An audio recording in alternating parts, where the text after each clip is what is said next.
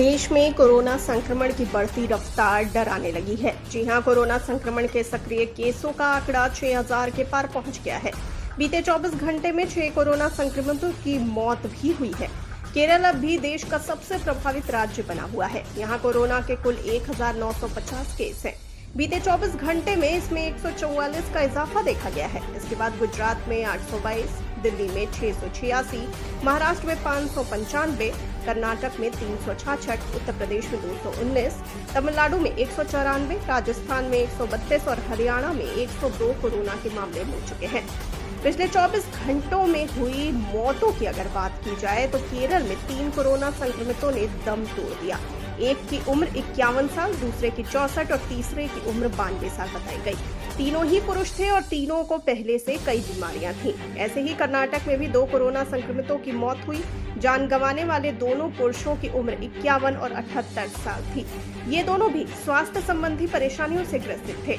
इसके अलावा एक 42 साल के पुरुष कोरोना संक्रमित की मौत तमिलनाडु में हुई है। बता दें कि केंद्रीय स्वास्थ्य मंत्रालय के आंकड़ों के अनुसार पिछले 48 घंटों में 769 नए संक्रमणों के साथ भारत के सक्रिय कोविड मामले 6000 के आंकड़े को पार कर गए हैं। आधिकारिक सूत्रों के मुताबिक बढ़ते कोविड मामलों की वजह से केंद्र सरकार सुविधा स्तर की तैयारियों की जांच करने के लिए मॉक ड्रिल करा रही है। सभी राज्यों को ऑक्सीजन, आइसोलेशन बेड, वेंटिलेटर और आवश्यक दवाओं की उपलब्धता सुनिश्चित करने का निर्देश दिया गया है। मंत्रालय ने कहा कि भारत में 6133 सक्रिय कोविड मामले हैं। पिछले 24 घंटों में 6 और मौतें हुई हैं। आधिकारिक सूत्रों के मुताबिक अधिकांश मामले हल्के हैं और घरेलू देखभाल में ही आइसोलेशन के साथ ठीक कर लिए जा रहे हैं। इस साल जनवरी से अब तक देश में 65 मौतें हुई हैं। 22 मई को देश में कुल 257 सक्रिय मरीज थे।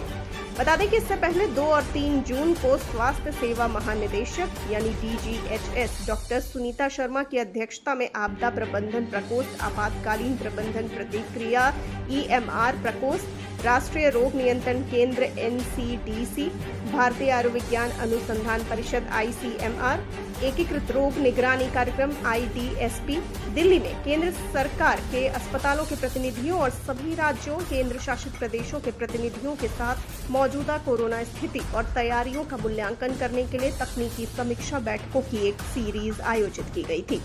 बता दें कि 4 जून को आधिकारिक सूत्रों ने कहा था कि IDSP के तहत राज्य और जिला निगरानी इकाइयां इन्फ्लुएंजा जैसी बीमारी ILI और गंभीर तीव्र श्वसन बीमारी SARI की बारीकी से निगरानी कर रही हैं। एक आधिकारिक सूत्र ने कहा था कि दिशा निर्देशों के अनुसार सभी भर्ती SARI मामलों और 5% ILI मामलों के लिए परीक्षण की सिफारिश की जाती है। सकारात्मक SARI नमूनों को ICMR VRDL नेटवर्क के माध्यम से संपूर्ण जीनोम अनुक्रमण के लिए भेजा जाता है।